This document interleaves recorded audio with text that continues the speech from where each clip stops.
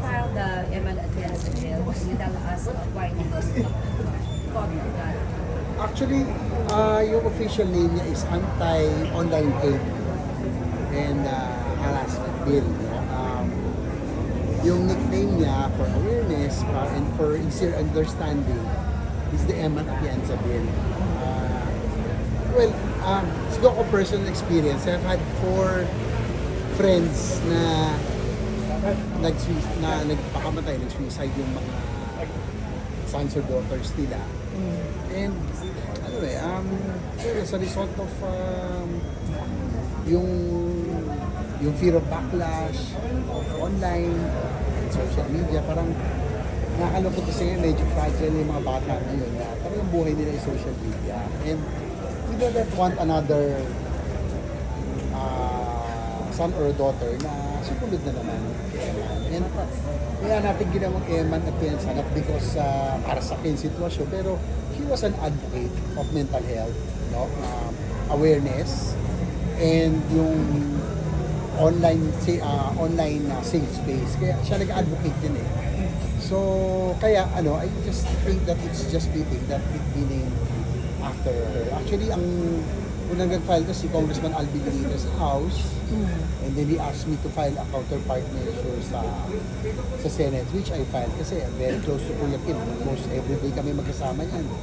Nagkakape bago kami mag-workout, nagmumotor. So, and I have seen the anguish of all the parents, ito mga 4 kaibigan, personal friends, na talagang hindi na yan makaka-move on eh. It will always be there, no? Gagaan ng konti yung pain, but it will always be there. Kaya alam ko kung gaano kasakit to. And we do not want another child or to be lost because of online hate and harassment. So, ito, I just thought na at least, magkaroon din awareness yung tao na, we just have to, in the words of Eman, a little kindness every day, diba? There's just too much hate already. Ano po sabi ni Kuya Kim tungkol dito? Actually, nung dinraft ko ito, kakalipad lang niya eh. Dinext ko siya, sabi ko, what do you think of the idea of filing anti-online hate bill? Kami ni Congressman Alvin Benitez will be filing. Tinatanong niya kung pwedeng i-pangalan na to be called also as an Eman Atienza bill. So I just want your permission sa inyo ni Feli. So, maya sumagot na siya. Sabi niya, of course bro, thank you very much. Sabi ni Feli. So, yeah, when they arrived, I handed them over the copy of the bill. May number na. So, yun. Thankful naman si Feli. Kim, I hope, sabi nga nila, her death wouldn't be in vain. Sana ito na yung maging simula na talagang awareness and kontrahin yung hate, too much hate and harassment sa social media. Konting details lang, sir. Yes, about the bill. Well, ang maraming sasabi kasi meron ng redundant, may anti-cyberbullying na. Pero kasi in this bill, particularly, it defines yung what is hate and harassment. So magkakaroon din ng karampatang mga penalties. Siguro i-deactivate yung mga accounts kung talagang mapapatunayan. Pero kung sino man, paano yung mechanics ito, that we will find out. We will invite stakeholders, yung mga experts, of course. Kasama na rin yung mga psychiatrists, psychologists, who would know more or are in authority to talk about mental health. Kasi hindi naman natin linya yan. So, this is just a draft bill. Wala pang final. So, we have to hear the opinions of the experts and the stakeholders. Gano'n ka lang po yung chance na ma-approve po ito? Gano'n katagal po kayo?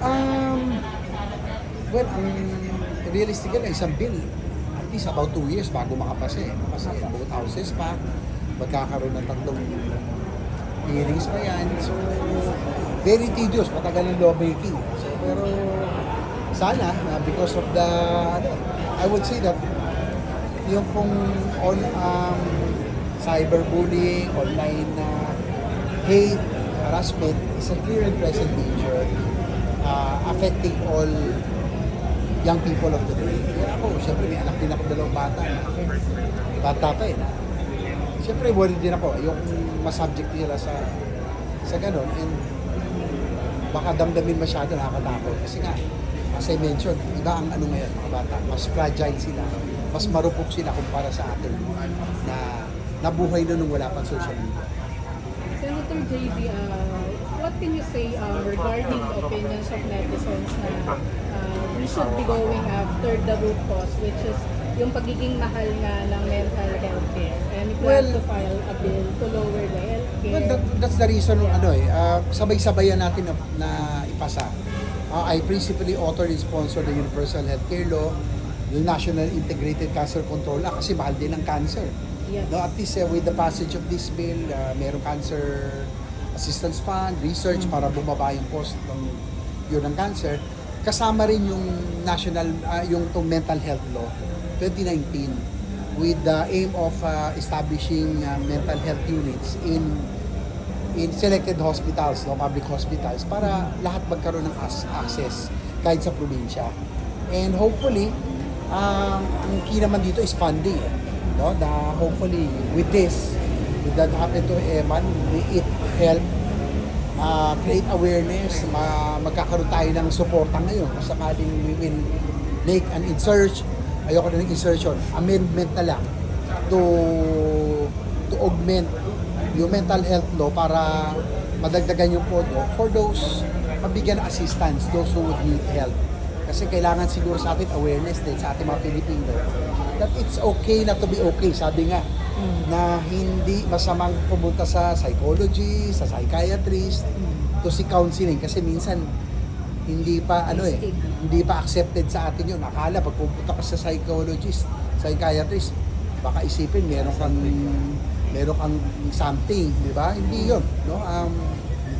Dapat malaman na we have to educate everybody na pag meron tayong problema, it's okay to seek mental health, counseling, to seek psychiatrist or psychological help para at least ma-overcome natin yung mental health issues. Then JB kayo ba, how do you take care of your mental health? Siguro para mabawasan siguro I'm in politics. I'm also subject to online bullying, harassment. Yes. Tinitignan ko na lang yung reaction pag kung may social media, hindi ko na binabasa yung comments kasi naapektuhan ka para mabawasan yung toxicity. Life is already toxic as it is because of the situation now. So, para mabawasan, huwag na lang kayo magbasa masyado ng comments. Madalas naman okay naman. So, but that's life. Parang ganun eh. Titignan mo na yung reactions pag mas marami talaga yung likes.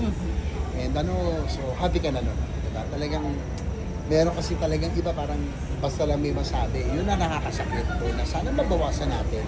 Let us learn from what Eman has espoused and advocated. Let us give a little kindness every day. Yun lang. There's just too much hate already